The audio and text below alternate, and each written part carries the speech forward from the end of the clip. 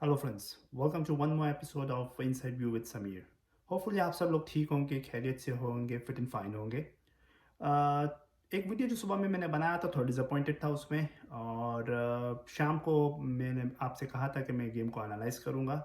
और फिर मैंने गेम के बारे में सोचा, तो मेरे जो व्यू पॉइंट्स हैं मैं आपको आपको आपको बताता हूँ। और अगर आप उस पर अग्री करते हैं तो अग्री करते हैं तो कमेंट्स करें, अग्री नहीं करते हैं तो भी कमेंट्स करें।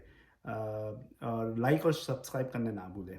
तो आ जाते हैं आज की गेम पे। इंडियन वुमेंस और ऑस्ट्रेलियन वुमेन का T20 सेमीफाइनल हुआ।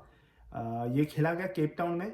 और रिजल्ट मुझे एक्सपेक्टेड था कि इंडिया ये बार ऑस्ट्रेलिया को बिग मैच में बीट कर देगा। मैंने ये एक्सपेक्ट करके चला था, बट अगेन वो डिसअपॉइंटमेंट ही हाथ लगी।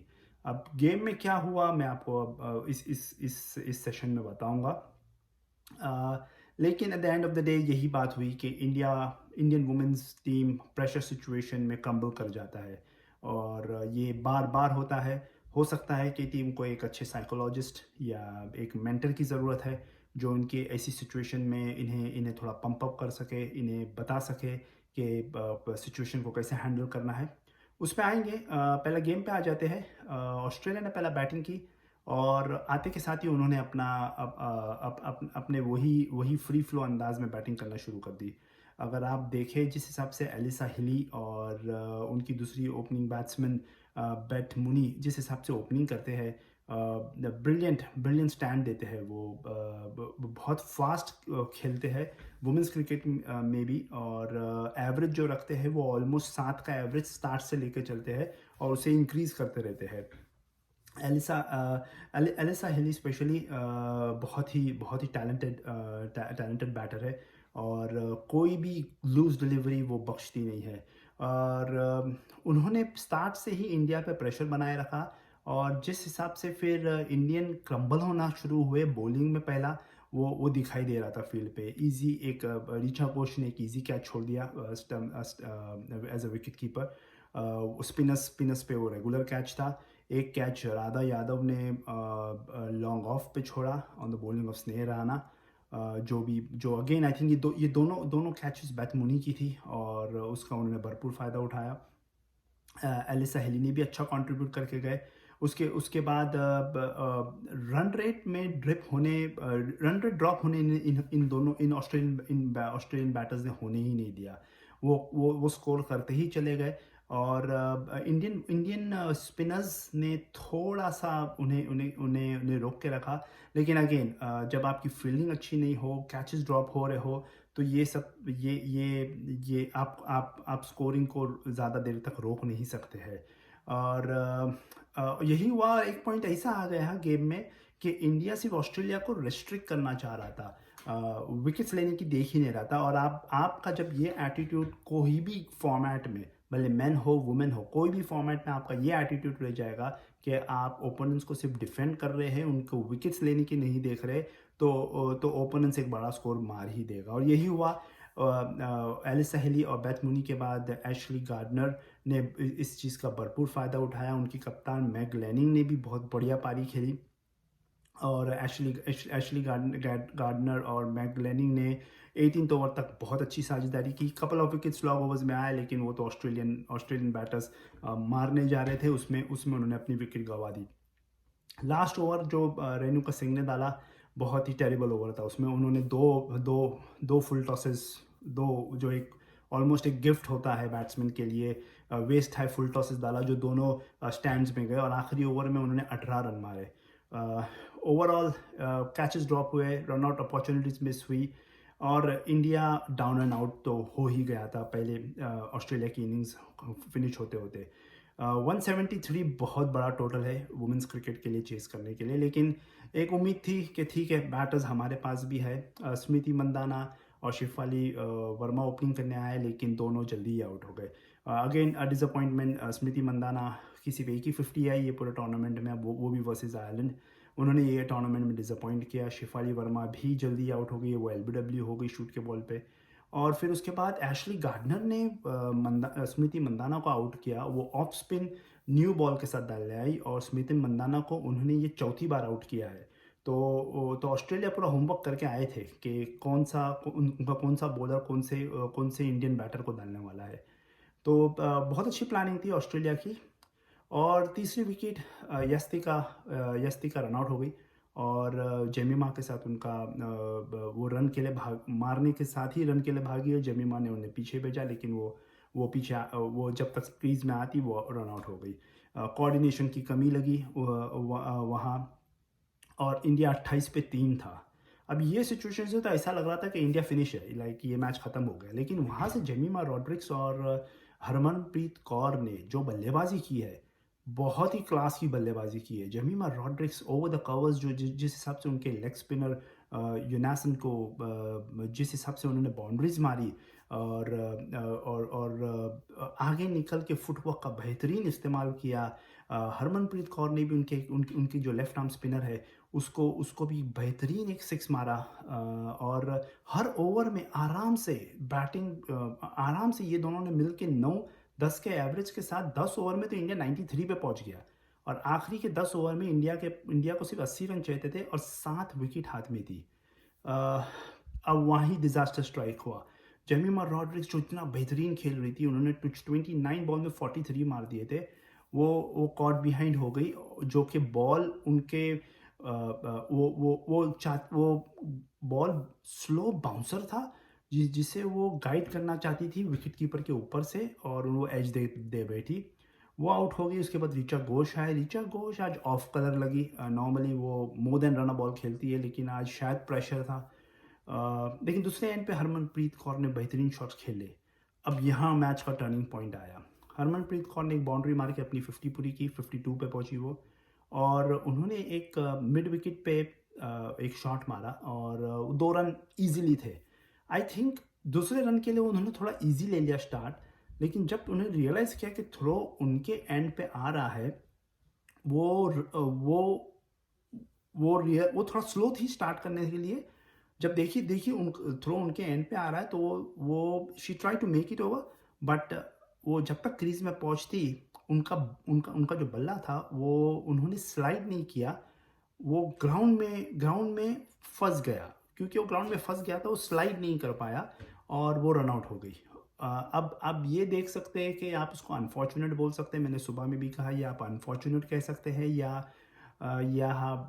या उनकी फिटनेस पे सवाल उठा सकते हैं कि वो सेकंड रन स्लो क्यों भाग रही थी। मैंने जो देखा, मुझे लगा कि वो थोड़ा उन्होंने एक्सपेक्ट नहीं किया था कि थ्रो उनके एंड पे आएगा। और उन्हें लगा था कि वो अगर वो इजीली भी रहेंगी तो भी आराम से वो सेकंड रन कर लेगी। लेकिन वो उनका जजमेंट गलत था। उनका जजमेंट पूरी तरह से गलत हुआ और वो रन आउट हो गई। लास्ट मोमेंट पे अगर अगर ग्राउंड पे नहीं फंसा होता और अगर वो स्लाइड कर दी थी तो शायद वो बच जाती, लेकिन वो नहीं हुआ और वहाँ से गेम चेंज हो गया। वहाँ के बाद, जैसा मैंने पहले भी पॉइंट किया था, ऋचा घोष के बाद कोई भी बल्लेबाज स्ट्रॉन्ग हिटर नहीं है इंडियन वुमेंस टी20 में, और वही दिखने में आया। ऋचा घोष ऑफ कलर थी, वो भी कॉट हो गई। और उसके बाद दीप्ति शर्मा ने कुछ अच्छे शॉट्स लगाए, लेकिन रन रेट अबाउट 10 के ऊपर हो गया था। और लास्ट ओवर में जब 16 रन चाहिए थे, वो काफ़ी होते हैं वुमेंस टी20 क्रिकेट में डिफेंड करने के लिए। स्पेशली इंडिया के पास कोई स्ट्रॉन्ग हिटर नहीं है डाउन दी ऑर्डर। तो इंडियन वुमेंस क्रिकेट टीम की क्रिकेट आज टी20 में एक्सपोज हो गई। ये टूर्नामेंट में उन्होंने छोटी टीम्स को तो हरा दिया, पाकिस्तान के सामने, वेस्ट इंडीज़ के सामने, आयरलैंड के सामने, बट बड़ी टीम्स जहाँ भी आती है ये स्ट्रगल करते हैं। अब 2-3 साल पहले तक ठीक था। हम कहते थे कि ओके, इंडियन वुमेन क्रिकेट ऊपर आ रही है, एटलीस्ट वो सेमीफाइनल तक पहुँच रहे, फाइनल तक पहुँच रहे। लेकिन मुझे ये लगता है कि ये अपनी मिस्टेक से लर्न नहीं कर रहे। ये वही प्रेशर सिचुएशन में क्रैकडाउन हो जाते हैं। हो सकता है इन्हें एक साइकोलॉजिस्ट या एक मेंटर की ज़रूरत हो, जो उन्हें ऐसी सिचुएशन में हेल्प करे कि ऐसी सिचुएशन में कैसे खेला जाता है। Maybe a pep talk from the former great MS Dhoni to this team, how to approach and how to finish a game. एक गेम कैसा फिनिश करते हैं लास्ट ओवर तक लेकर जाके। एक जो बैटर खेल रहा है, सेट है, और लास्ट ओवर तक कैसे उसे जाना चाहिए। जैसे हरमनप्रीत कौर थे, जेमिमा रॉड्रिक्स थे, इन्हें गेम फिनिश करना था, जिन्होंने इतना बढ़िया खेला कि गेम हाथ में आ गया और उसके बाद ये हार गए। और यही पैटर्न लास्ट ईयर जब कॉमनवेल्थ गेम्स में भी हारे थे तो सेम पैटर्न था। उससे पहले भी 2020 के फाइनल में ऑस्ट्रेलिया के सामने जाके फाइनल में प्रेशर में आ गए और ऑस्ट्रेलिया ने वो गेम वन साइडेड जीत लिया था। उससे पहले आई थिंक मैं अगर थोड़ा और पीछे जाऊँ तो 2017 का वर्ल्ड कप था 50 ओवर्स का लॉर्ड्स पे। उसमें भी लास्ट 5 ओवर में कुछ 28 रन चाहिए थे, 5 विकेट हाथ में थी। मेजॉरिटी ऑफ ये यही प्लेयर्स वो टीम में भी थे और वो गेम भी हम हार गए। तो इंडियन क्रिकेट को यहाँ से ये वुमेंस क्रिकेट को सीखना होगा। ये कंटिन्यूस आप नहीं ऐसा नहीं खेल सकते बिग मैचेस में। जब तक आप एक बिग मैच में एक बिग ओपोनेंट को नहीं हराएंगे तब तक आप वर्ल्ड चैंपियंस नहीं बन सकते। अगेन आज बहुत लोग डिसअपॉइंटेड होंगे इंडिया में, बट देन अगेन स्पोर्ट्स में जो प्रेशर सिचुएशन में अपने नर्व को संभाल ले वही जीतता है। वो ऑस्ट्रेलिया ने बताया, उन्होंने फैंटास्टिक फील्डिंग की। उन्होंने कम से कम 15 रन तो आज उन्होंने अपनी फील्डिंग से ही बचा लिए। कैचिंग उनकी ज़बरदस्त थी। उन्हें पता था कि इंडिया एक सिचुएशन पे पैनिक करेगा, दे वो कॉन्फिडेंट अबाउट इट और वो ही हुआ। जब हरमनप्रीत कौर और जेमिमा रॉड्रिक्स इतनी बेहतरीन बल्लेबाजी कर रहे थे तो भी उन्होंने ज़रा भी पैनिक नहीं किया। वो अपने स्पिनर्स के साथ उनकी लेग ब्रेक स्पिनर यूनासन और उनकी मीडियम पेसर शूट, एक मेगरा ने भी एक ओवर डाल दिया था। और ये इन्होंने इंडिया पे फील्डिंग से प्रेशर बनाया। कोई एक्सेप्शनल बॉलिंग नहीं डाली लेकिन उनकी फील्डिंग ने जो उनको सपोर्ट किया, जो इंडिया से मिसिंग लग रहा था, वो वहाँ अपॉर्चुनिटीज़ क्रिएट हुई। और मैक ग्लेनिंग जो उनके कप्तान है, वो उन्होंने टीम को बेहतरीन लीड किया। जो उनकी बॉलिंग चेंजेस थी, फील्डिंग चेंजेस थी, स्पेशली स्लॉग ओवर्स में जिस हिसाब से हैंडल कर रही थी। और उनका मैं बोलूँगा उनका एस थी मैं बोलना चाहूँगा, वो थी एशली गार्डनर। उन्होंने तो बैटिंग के साथ भी उन्होंने कुछ 18 बॉल में 31 रन मारे और बॉलिंग में उन्होंने स्मृति मंदाना को आउट किया और आखिरी ओवर बहुत स्प्लेंडेड डाला।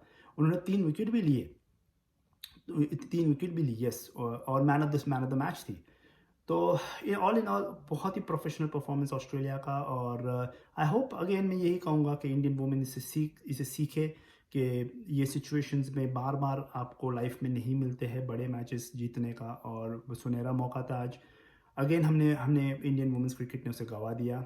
Hopefully they will learn from this and IPL होने वाला है वुमेंस क्रिकेट का इंडिया में। होपफुली वहाँ ये लड़कियों को अच्छा एक्सपोजर मिलेगा और वो ऐसी सिचुएशन में कैसा हैंडल कर सकते हैं। वो ऑस्ट्रेलियन इंग्लिश प्लेयर्स के साथ भी एक ही टीम में खेलेगी तो हो सकता है वो सीखे। जिस हिसाब से IPL मेन क्रिकेट के लिए एक बड़े लेवल पे लेके गया, वैसे वो वुमेंस क्रिकेट के लिए भी आई होप कि वो लेके जाए। तो डिसअपॉइंटेड डे था। मैं एज मैंने पहले भी कहा कि मैं एक्सपेक्ट कर रहा था इंडिया वुमेंस क्रिकेट ये T20 वर्ल्ड कप जीतेगी।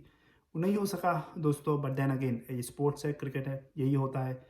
not every time the team can win, but hopefully a team like Indian women cricket team will learn from their mistakes, and the earlier the better for them. तो yes, तो यही था दोस्तों। Men's cricket में तो India और Australia के सामने कोई न्यूज़ नहीं है। अगेन वही ऑस्ट्रेलिया से खबरें आ रही है कि अभी उन्होंने एस्टन एगर को वापस भेज दिया है घर पे, और उनकी जगह पे उन्होंने एक लेफ्ट आर्म स्पिनर जो बुलाया था कुनमैन, वही रहेंगे। तो ये बहुत कंफ्यूज सिलेक्शन चल रहा है ऑस्ट्रेलिया का टेस्ट सीरीज़ में। और मेंस जिस तरह women's Australian cricket team T20 में परफॉर्म कर रही है, उसका ऑपोजिट ही ये मेन ऑस्ट्रेलियन टीम इंडिया में टेस्ट सीरीज़ में परफॉर्म कर रही है। कोई कंपैरिजन नहीं है। लाइक होपफुली जो जिस हिसाब से उन्होंने वुमेंस T20 वर्ल्ड कप में जो ऑस्ट्रेलिया वुमेंस ने परफॉर्म कर रही है, उससे कुछ मोटिवेशन लेंगे। ये मेंस क्रिकेट और टेस्ट सीरीज़ में अच्छा परफॉर्मेंस देखने मिलेगा। तो आज के लिए इतना ही दोस्तों। अभी कुछ ब्रेक हुआ है क्रिकेट में, तो मैं देखूंगा पुरानी मैचेस जो इंडिया ऑस्ट्रेलिया की जो फैंटास्टिक सीरीज़ हो चुकी है उसके बारे में मुझे डिस्कस करना है। तो चलिए नेक्स्ट एपिसोड में वो डिस्कस करते हैं। आज के लिए इतना ही, और फिर हम जल्द मिलेंगे। तब तक के लिए आप अपना ध्यान रखिए। Take good care of yourself, और till next time, good bye.